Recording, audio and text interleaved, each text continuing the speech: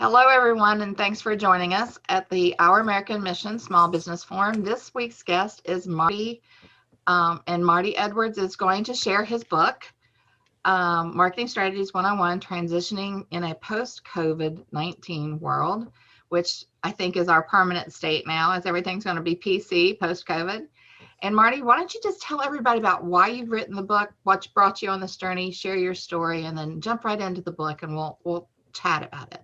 Yeah, thank you, Lee, and thank you so much again for inviting me as a guest today. And I was very privileged to be with you a couple of months ago and be with the group, and it was such a great experience, and appreciated that opportunity to discuss the strategy of gratitude in business, and appreciated the chance to tell my story more in full at that point. Today, we're going to be talking, trying to give a broad overview of my book that I just released in the last couple of weeks.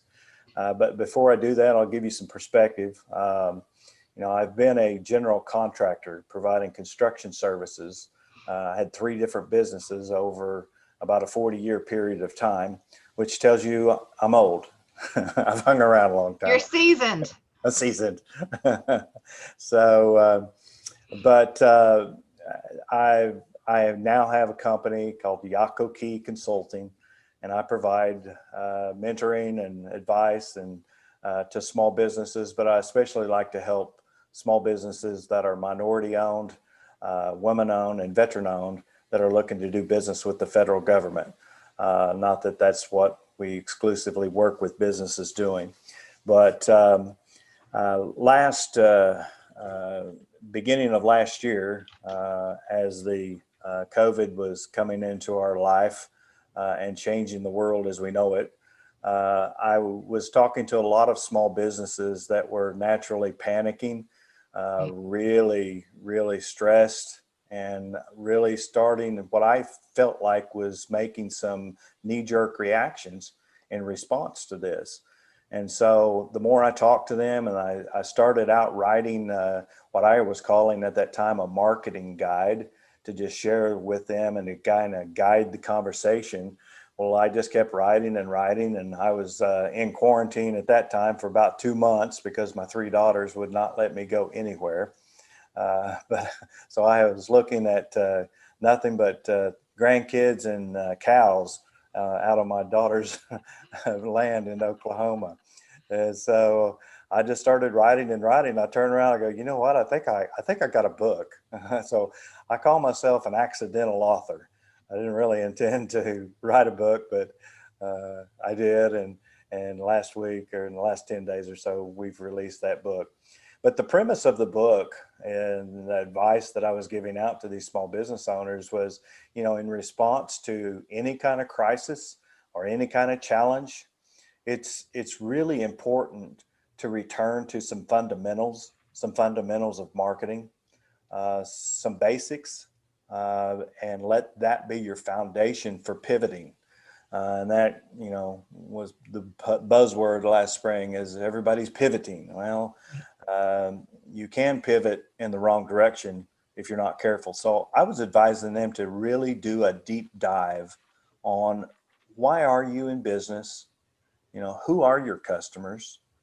And can the loyalty of those customers, if you've been in business a while, can the loyalty of those customers be a foundation for letting you to pivot in a positive direction? And so fundamentals of marketing are going to lead you to those answers. And so before I get into some of the elements of the book, I want to give some acknowledgments real quickly that I do in the book.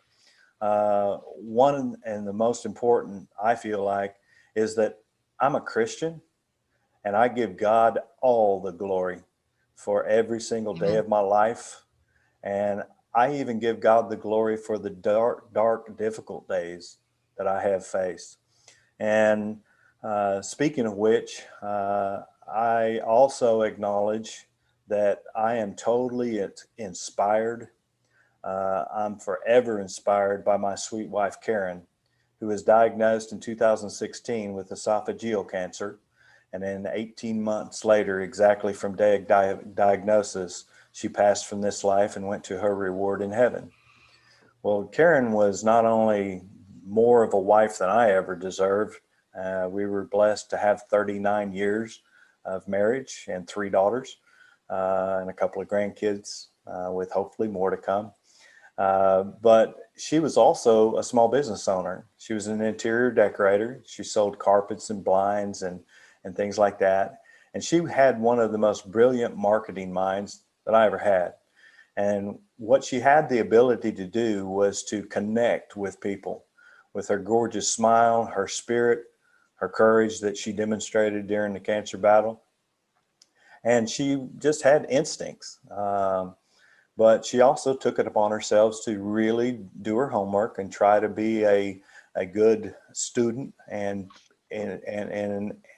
carry out these fundamentals of marketing. And her and I talked a lot about that. Me having my own business that was quite different, but also we shared that same appreciation for these fundamentals of marketing. And so through my professional and personal experience, that's where I had discovered a really deep appreciation for gratitude. And that is my driving force with my business now. And I like to say this, and I say it in my book as well as on my website, you know, if you get your mind and your spirit right, profound gratitude can eventually emerge from the darkest days of struggle and loss. And so the whole key is attitude. The whole key is having eternal perspective and having a faith that grounds you, in my opinion. And that's my experience. So that's why I named my company Yakoki. Yakoki is a Choctaw word that means thank you. That's how people in Choctaw language say thank you, is we say Yakoki.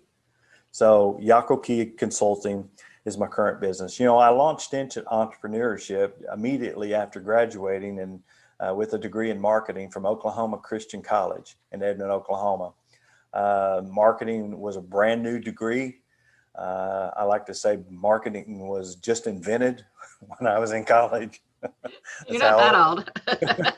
No, not that old. But it enticed me, it intrigued me. And so that's the degree course that I selected.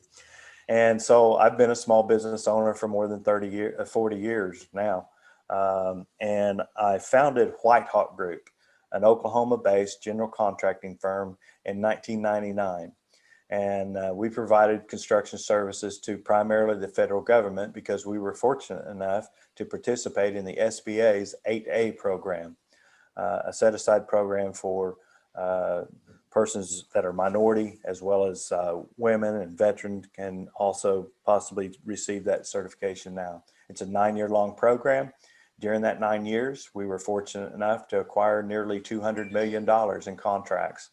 So a lot of those contracts were performed at Fort Bragg, North Carolina, oddly enough. I know some of your group is out there in that neck of the woods. So I spent some time in your state, maybe 10, 15 years ago.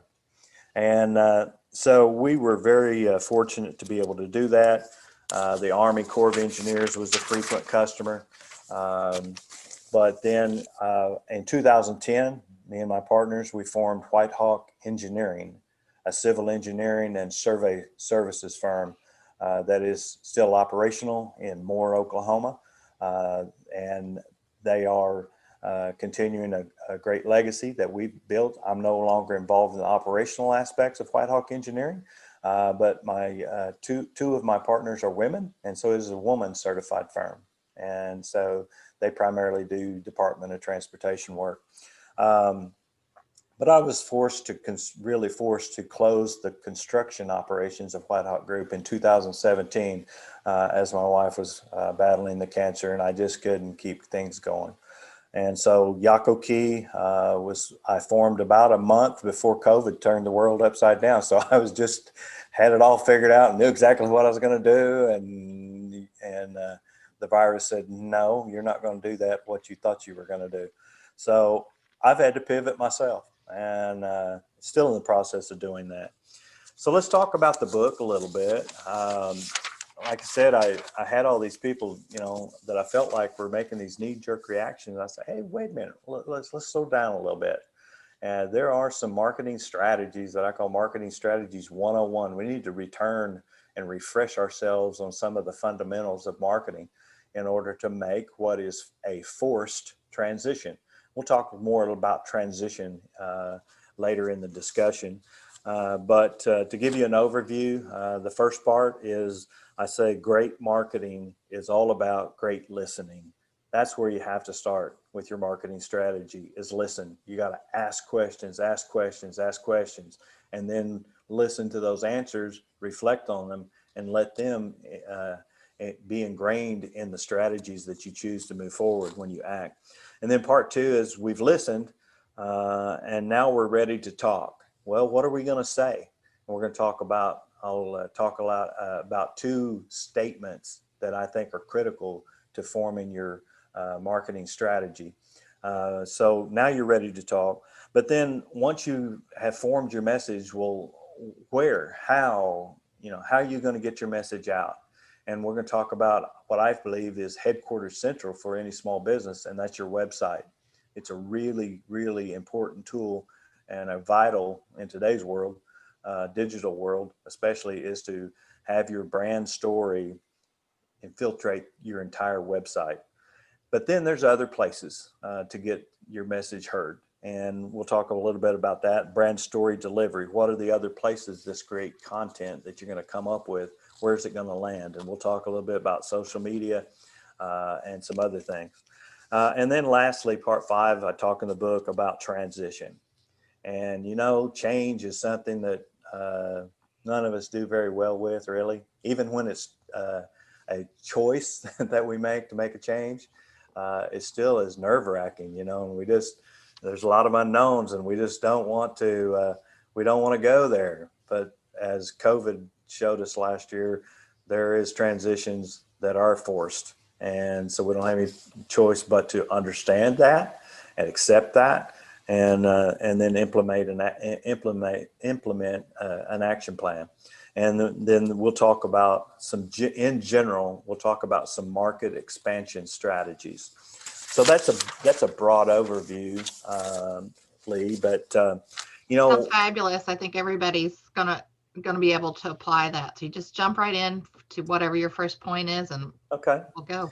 Well, let's talk in introduction a little bit, and understanding the environment we are now operating in. COVID forced a transition, as I said, but it also changed the way that business is done. And I think that there's changes that we'll never go back to.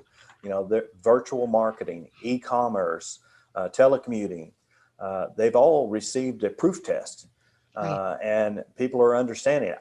A year ago, I didn't know how to spell Zoom. Here I am. And so it's exciting. It's opening up new possibilities of communicating and carrying out a marketing plan. And so I like to look, even though I've had some difficult life experiences, I know, and I can look back and see the good that came from it. So there's good to be had from the experience that we've all had in the last year. And so, but as we get excited about some of these new technologies and we use them, we can't forget the fundamentals of marketing. And so the fundamentals, as I said, it starts out with being a great listener. To attract a listening audience, you must first be a great listener. In other words, it's really important to know your target market. It's really important to understand the likes, the personalities, the ingrained habits of your target market. And understanding those likes and personalities is going to let you connect and build relationship. And in my mind, that's the fundamental goal of all marketing efforts, is to enhance and to build relationship, because it's relationship with people, relationship with other businesses that are customers, your viewers, and relationships are at the heart of every successful business that's ever been established. So there's about 3 basic big picture questions that I encourage in the book, and I encourage everyone to ask and then answer. And the first one is, what is my target market in terms of big picture? As we prioritize target markets, we're looking for those market dynamics that give us the very best chance for success. And examples of big picture target markets are federal government, state government, municipal government, tribal governments. If you're a Native American like me, that can become important, or they buy from anybody. And more of the tribes have money to spend because of a little thing called casinos. And there's one on every corner back in Oklahoma, where I'm from. And things have changed a lot in the last 20 years. So tribal markets can be a big deal. But then there's private sector. And then there's so many subsets of the private sector. There's residential versus commercial. And then within commercial, there's retail, there's manufacturing, there's industrial, there's warehouse and distribution, and on and on and on. There's so many subsets of these big picture target markets. And so what are some examples? Now that you've picked a couple or one, whatever, you need to get focused. You need to have a laser focus on your target, or you're not going to hit it. So what are some questions that you're going to ask of these target markets? Again, you're asking, you're listening, and then you're reflecting. Well, one example is, what is the length of time that it takes to get paid in that market? And each market has its own answer to that. So you got to understand that going in. How long is it going to take to get paid? Are there warranties expected? Do they expect you to warrant your product or warrant your service that you provide? In construction world, a 1-year warranty is typical. Well, that may not be the case in others, and in other markets, there may, other services or products, there may not be one at all. Then what are the points of discovery that are unique to your target market? And by points of discovery, I mean, how are they going to intersect with you? Where are you going to get your message out, and how are they going to discover you? And is the internet a big deal? Well, back in my day when I was doing federal government contracting, I didn't even have a website. When I did that $200 million worth of federal government contracts, I didn't have a website.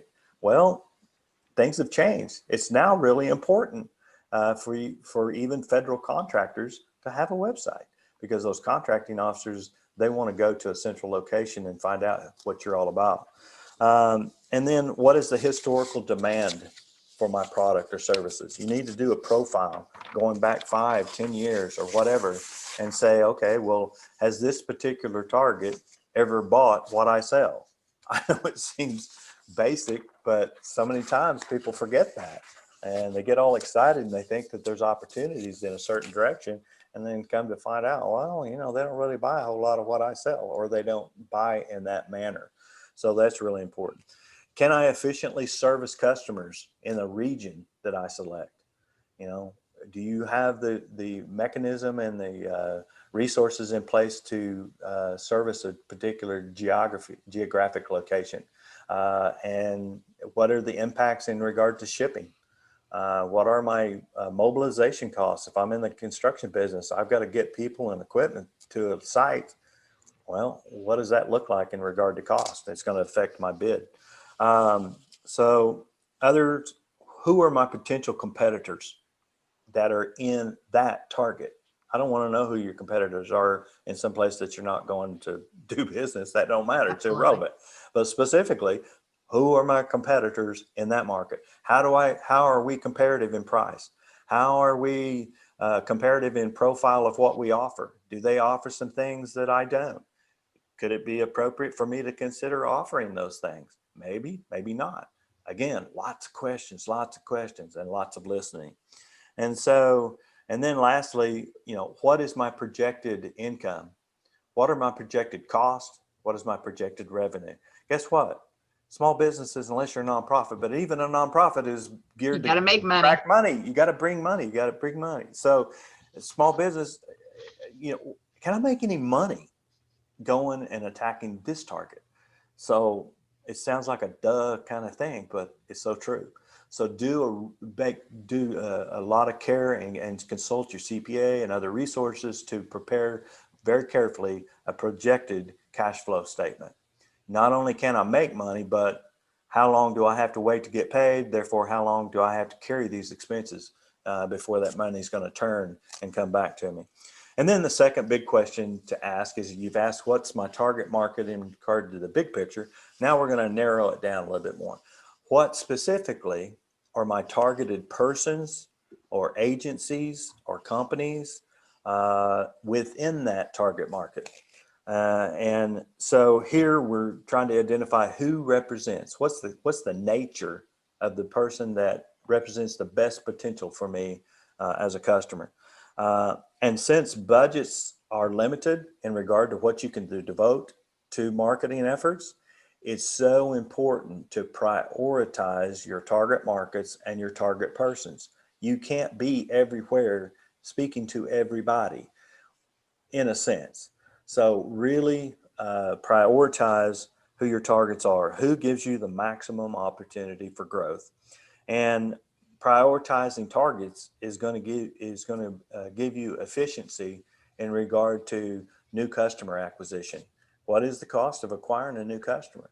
It can be significant if you're not careful, and it could sneak up on you. So really prioritize those targets.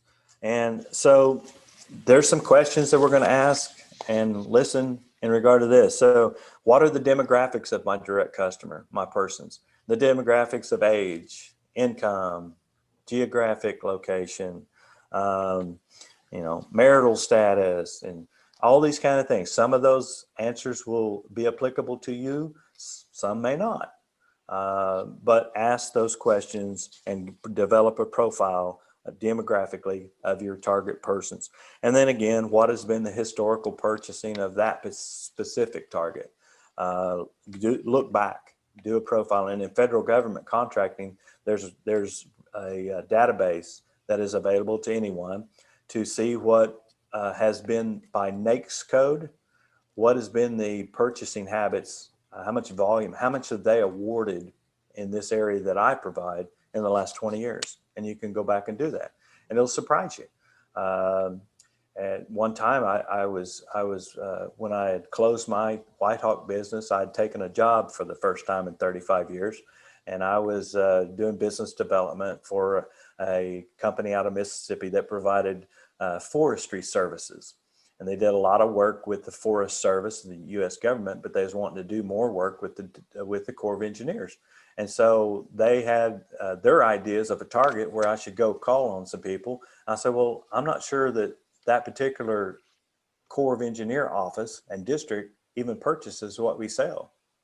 They said, what do you mean? I said, well, they all have a unique personality, and each one of those Corps of Engineers office has a unique mission.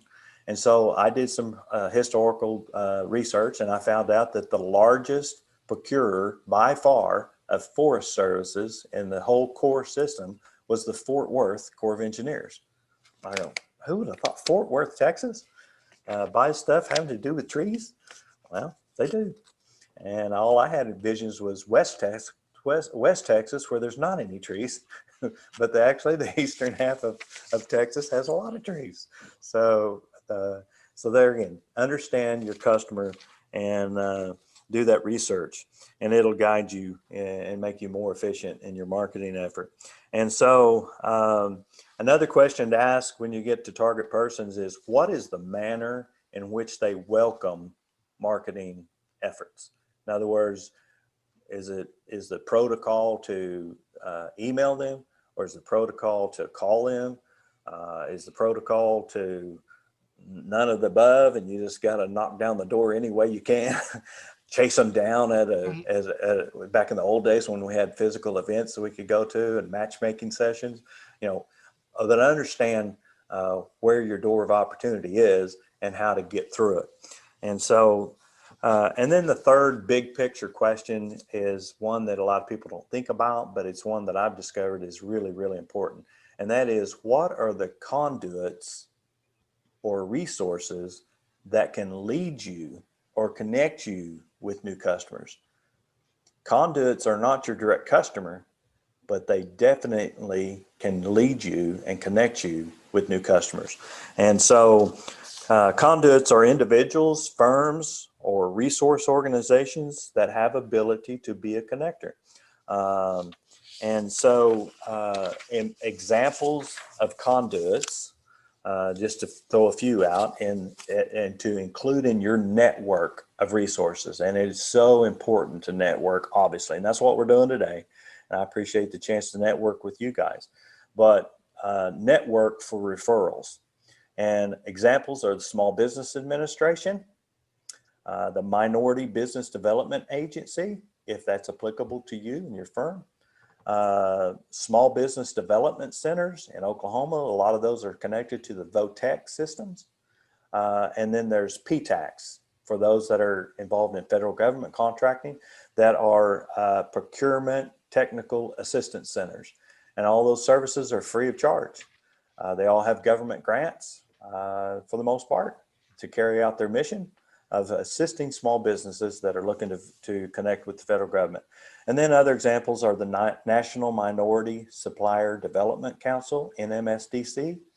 And again, if appropriate, that's a certifying body that certifies minority-owned firms and helps connect you with large corporations that are looking to fulfill their diversity goals. And so for a lot of businesses, that can be definitely an important conduit. And then quickly, others are chambers of commerce, trade organizations, consultants like me, suppliers. The suppliers of your business can be an invaluable conduit. And then architects, engineers, property developers, owners of property, your attorneys, insurance agents, your banker, all of those and more can be conduits. And then the last conduit I'll mention, which is a really important one, is your current customers. Get referrals. You know, always ask for referrals. Ask your current customer base. You know, hey, if you're pleased with what I've been providing you, do you have some friends that are small business owners? And you mind giving me those names and let me drop your name? So current customers can be a great conduit to new business. And so that can be important. Now, we've listened, you know, we've talked and we've listened and we've reflected and we've got our targets identified. Now we're ready to talk. And so we want our voice to be heard, but where, how? Well, like I've contend in that chapter is Headquarters Central is your website. It's the place that is going to carry your brand story, and then is going to carry and communicate the elements of what I call a capability statement. That's what is known in federal government contracting world, but it's usually a 1 or 2 page document. But it can also be known as a service statement or a product description, but it's basically your elevator speech. And so let's talk, before we talk about that, let's quickly talk about brand story. What is a brand story? Well, a brand story is the thing that you want to be known for. You know, what is it that caused you to go into business? What is your passion? You know, it's a cohesive narrative of not only the facts of your business, but also the feelings of your business. And it's the story of what motivated you to go in business. It's why the company exists. It tells where you came from, you know, where you're going, what's your vision for the future. It's a statement of value or uniqueness. What is it that sets you apart from the others down the block? And then in regard to being a statement of uniqueness, this seems counter to that, but it also must be relatable. You've got to be unique, but your brand story has got to be told in a way that's relatable. People have to connect with you. And then your company name and your logo. If you've been in business, you've already got a company name. But if you're thinking of going in business, your company name and logo is so core to your brand story. You know, it's your all important first impression. It's, you know, so company name and logo is so vital and a core part of your brand story. And then the last thing I'll point out on brand story is that we want our brand story to inspire or evoke emotion. You know, we want our customers to fall in love with us. We want our customers to, when they read our brand story, they say, wow. And it's hard to get the wow. You know, marketing efforts is all about wow. And sometimes we do that, sometimes we fall short. But we want our customers to fall in love with us when they read and they experience our brand story. So let's talk about statement of services or capability statement. Like I said, it's the elevator speech. And you've got to tell that and communicate that in a way that it creates intrigue in less than a minute. So you're on the time clock. It's hard to do. It's hard to be comprehensive, but be succinct. It's a challenge. It really is. But you know, you want to describe what what problem does your service or product solve? And you know, how is life going to be easier for your customer because they're doing business with you? You want that ingrained in that capability statement. And so what makes you different? You know, you say you have superior service. Well, you got to do more than just say it. You've got to demonstrate it. Specifically, why is your service superior? You offer longer hours, or you know, just on and on. What specifically is it that makes you superior? So describe the specific ways that you do that. And then the last one I encourage people to do is to, you know, ask the question of yourself: what social, personal, or business values are at the core of yourself and therefore your business? A word of caution there. You know, we can state our values in such a way that it alienates a good part of a potential audience. So that's a judgment call that takes a lot of wisdom, and that's for you to make as a small business owner, is how much am I going to let my personal values bleed over and become a part of my professional values? That's a call for everyone to make. But I think it's important to consider anyway. So the how and the where of telling your brand story and communicating your capabilities. Like I said, website presentation. I am no expert on website. I just confessed to you a while ago that I did many years of business without a website. Well, that just wasn't the norm back then.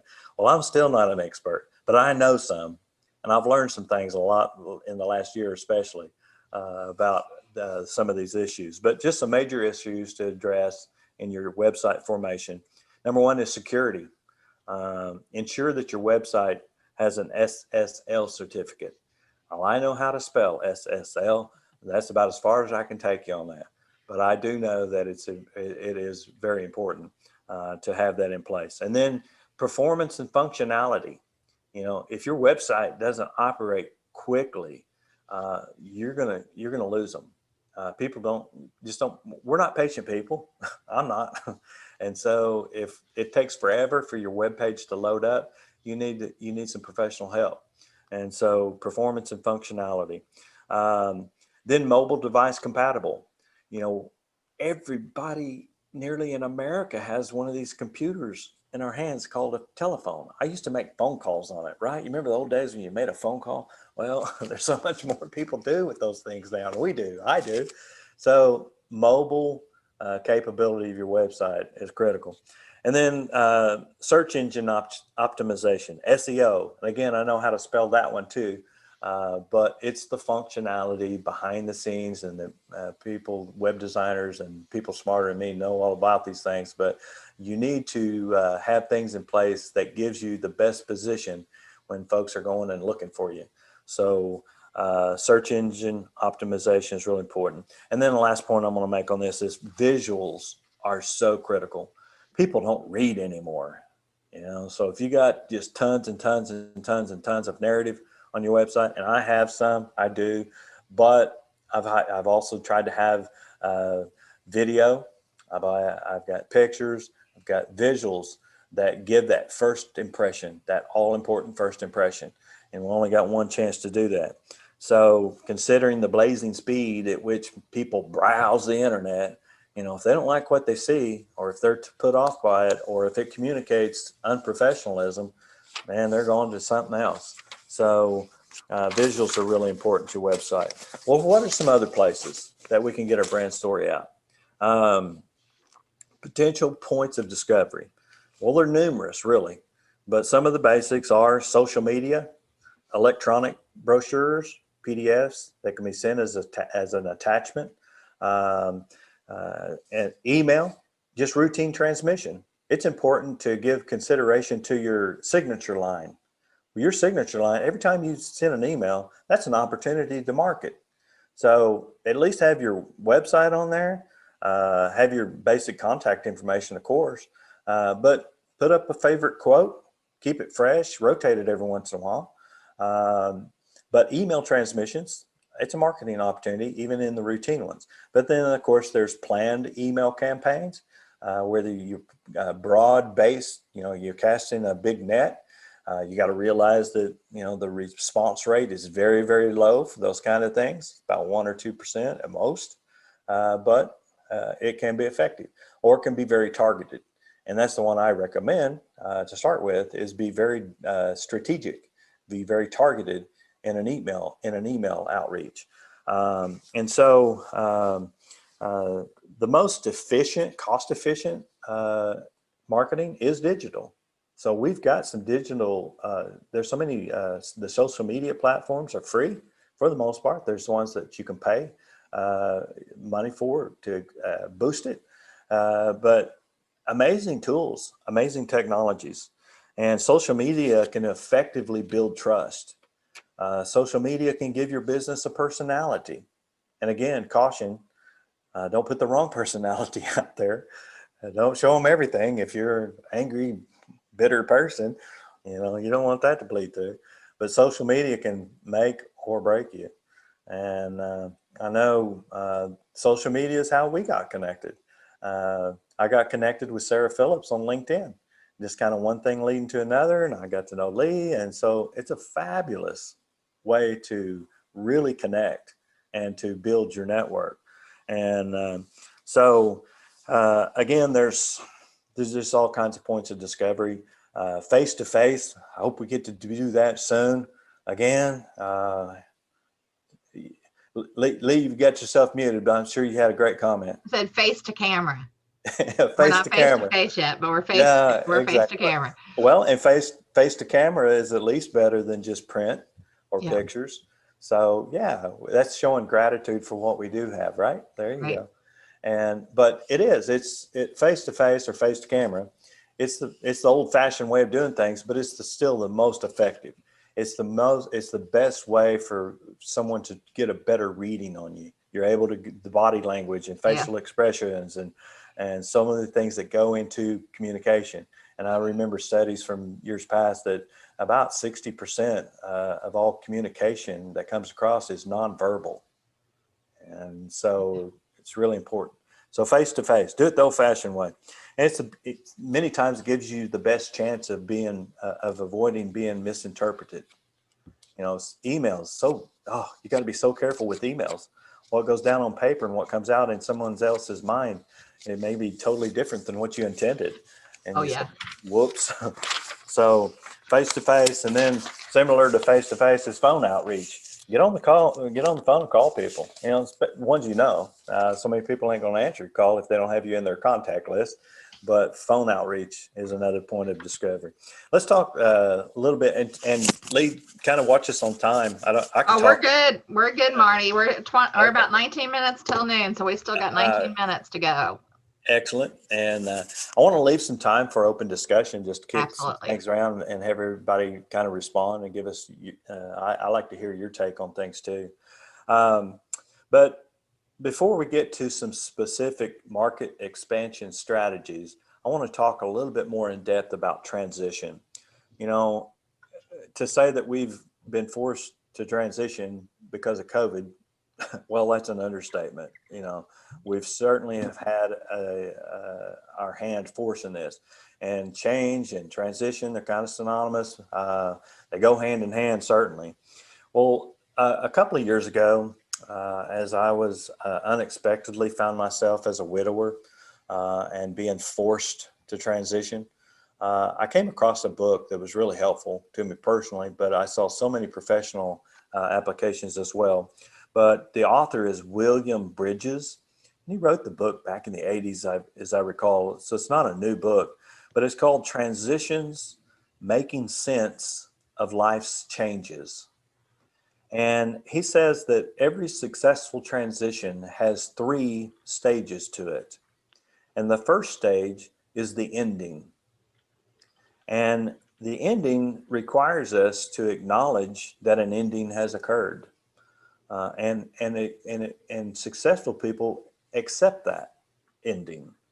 Well, it's certainly we've had an ending of the way that we used to do business, and that can be off-putting. That can be very stressful. But when you realize, okay, I've got I've got an ending here. I can't do business the way I used to do business. And that's just the way it is. What am I going to do about it now? So you've got to accept that. And in each of these stages, I contend that people ought to have gratitude. There's some gratitude to be had, even in the ending, because as the ending of some ways of doing business has happened, new ways of doing business are emerging. And so there's gratitude to be had, even in an ending. And so gratitude is important. The second stage is the neutral zone. And the neutral zone is a time of reorientation. And Bridges encourages, and I add my amen to it, it's really important not to rush the neutral zone. Don't blow through the neutral zone too quickly. The neutral zone can be a time of personal growth. It can be a time of reflecting on, okay, what am I all about? What is my business all about? Why did I get in business? Is that still there? Does that still motivate me? And maybe not. I mean, maybe that's your answer, and your new beginning is going to be something different. But don't jump too quickly to your new beginning. And I think that that's really was the impetus for me writing the book that I've written.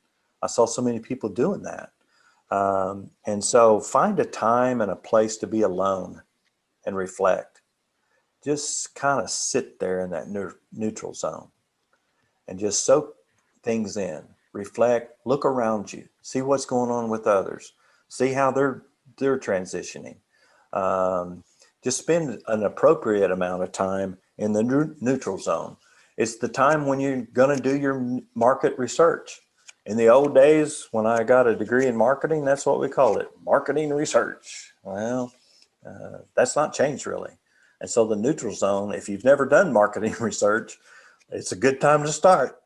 So use this transition to perform sufficient amount of marketing research.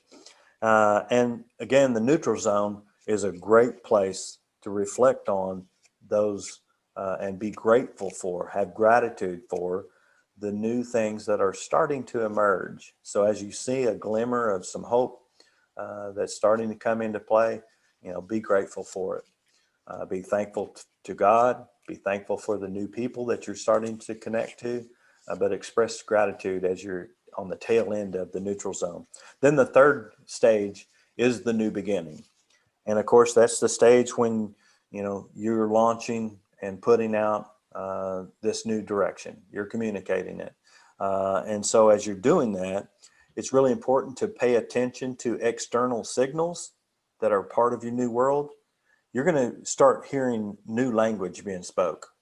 Because as you go to a new beginning, you're in a new country. You've marched out into the frontier, the wild frontier sometimes. And there's a different language spoke over there, so to speak. Maybe literally, but for sure figuratively. And so listen. What's the language of the new area that you're going to? And so have gratitude for those new resources and new people that are coming into your life, because they're going to give you enthusiasm and courage when you have gratitude for those people and you build relationship further, you're going to increase your enthusiasm for your new frontier. And the scary part of your new beginning is going to start to diminish as things kind of settle in this new place.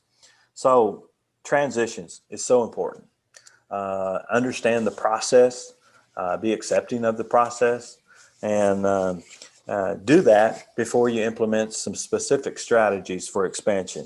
And that's the last part I'll get to, and I'll touch on them briefly. But what are some business expansion strategies? Number one, add new products or new services to your mix. You know, we want to be careful, though, to not forget our core competencies. We don't want to be something that we're not. So we've got to be careful about adding new things to our offering. So make sure that it's compatible with your brand story. Make sure that it's these new things that you're going to offer are compatible with your existing lineup of business and services. And so, again, it's just like when you should have done in the beginning of when you offered your original services. If you're going to add new ones, do your market research. Do these fundamentals of marketing that we've been talking about. Listen, talk to current customers. Hey, I'm thinking about adding this. What do you think? Would that be attractive to you? So get feedback in regard to this new thing that you may put out there. So identify what is the new problem that you're going to solve with this. Why does someone need this particular thing that I'm thinking about putting out there? And so evaluate whether you can operate at a profit. Again, can I make any money with this new thing? Or are the margins so thin that my overhead eats it up? And it's just a wasted effort. So be careful about that.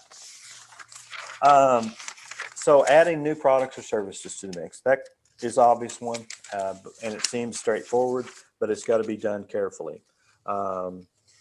Then a second strategy is sell more products or services to your existing customer base. You can be selling the same thing, but could they be buying more? They're happy with what you're delivering, but in this product line, in this section of my catalog, they're not buying this from me. So evaluate what they are buying from you, but then ask the question, okay, well, they're already loyal to me, but they're not picking up on this thing or the other thing that I also sell. So find out why. Ask them and explore that. And so first off, do an identification of who are your top customers, say over the last 5 years. And so, okay, well, that's my prime base to build from and expand my market is with those loyal customers. What are their reasons for loyalty to you? Is it a particular product that's making their life easier and you have something similar or that could solve a different problem? And so those are the efforts that you want to make in broadening the purchases of your existing customers. The third potential strategy is target a new customer segment.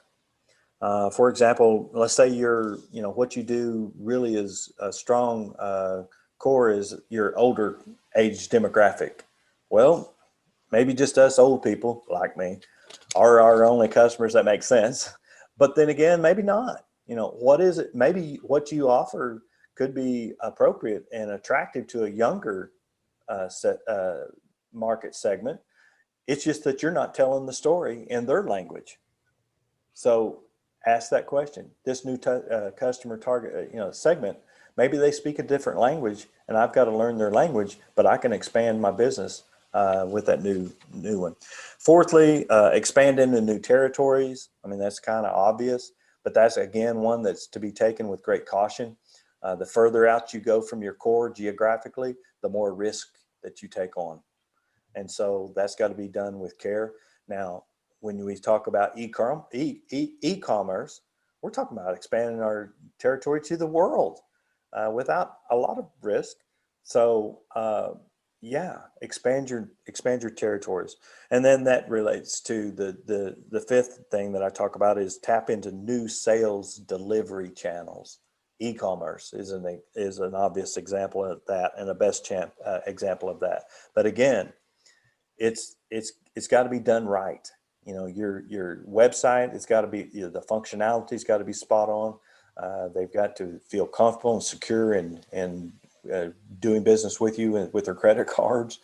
They've got to be secure that what they're going to buy from you is going to get delivered in a timely manner. So e-commerce can be great. It is great, but it's to be done with care. And then lastly, I talk mostly with federal government contractors, but this expansion strategy, I think, can be appropriate for anybody, and that is build teaming relationships. Teaming relationships, in my experience in federal government contracting world, was everything. And what do I mean by teaming? What is teaming? Well, teaming in general is forming an alliance with a like-minded firm to synergistically pursue new work. Synergistically pursue work that is bigger than what you can perform on by yourself, and maybe vice versa for the other firm. But you've got similar values. You know, you've got maybe even you offer the same thing. It doesn't mean that you can't be a compatible team. You can be. So you could have a joint venture. A subcontractor to subcontractor is an example of a joint venture. And it's even if it's subcontractors of the same skill set, you can present a more attractive package to a general contractor because you've got more resources that you've pooled together, and they're going to have more confidence that you can deliver because you're bigger than yourself by yourself. Marty, we're at the 5-minute remaining marks. Let's see if we Okay. can take some questions. Anybody Yeah. have questions? Yeah, absolutely. We're perfect. I just wanted to touch on teaming. Yeah, I shared in the chat the book you recommended from William Bridges. There's a link on to Amazon for that. Fantastic. And we've shared. I don't get any royalties from him, but but I'm really glad to share. And we have the link to your book that they can purchase on the website. And hopefully everyone will go out and spread the word about that, because it's been a really great conversation because it's practical. Thank you. And all of us can do that and team on those talking points. Larry, Shannon, you have any questions or comments for what Marty shared? I'm going to put you on the spot. If not, that's fine too. I think you solved everybody's problems today, Marty. There's no way I can be that good. Yeah, I love the perspective you had of sharing your authentic self and making the judgment of how much that is and how it would impact your business. So like giving your testimony at the beginning and telling your story at the beginning today, it makes you authentic. It makes you approachable. Will people necessarily share your background and your beliefs? No, but they can respect the way that you share that, right? And so that stylistically, the way you do that and you present yourself is able to bridge that diversity, the different languages, the different figuratively and literally of shared experience and things in that. So I really appreciate how you shared that story at the beginning and your walk to getting here and the gratitude perspective. Thank you. So you want to give them your website for your consulting practice and call out your book again before we wrap up? Yeah, absolutely. I'll put it in the chat as well. That would be great. It's Yakoki consulting.com. And the spelling's up in the back corner there behind you for Yakoki. Yeah, it sure is. Yakoki. How about that? .com. You're good, Marty. You got that branding going every time you're on the screen. Well, thanks everybody for joining us. Thanks, Marty, for launching your book with us, and we'll continue to spread the word. And I will get it up on the website hopefully in the next week or so. It might take me a little bit longer. We were talking about how busy everybody is, but I do appreciate this. And if we can team with you again on anything and have another visit on and dig down into some of the details on this, I think it would be really great for the community. Well, I appreciate that, and I'll look forward to that opportunity. And as I've told you, I do have a big heart for especially minority-owned firms and women-owned firms. I have 3 daughters, so I have a high interest in women. I'm newly married, Just got Congratulations. remarried a couple of months ago, so God has blessed me well in that regard. But because of what help I've received in the last 40 years as a Native American doing business with the federal government, I'm really eager to help and guide and give some advice to that segment of our population, or anyone. I've just got a heart for people. And Well, that's obvious, and we do appreciate that, Marty. So everybody, thanks for being here today, and we're going to wrap up and thank Marty again for his great book, Marketing 101, Transitioning in a Post-COVID World.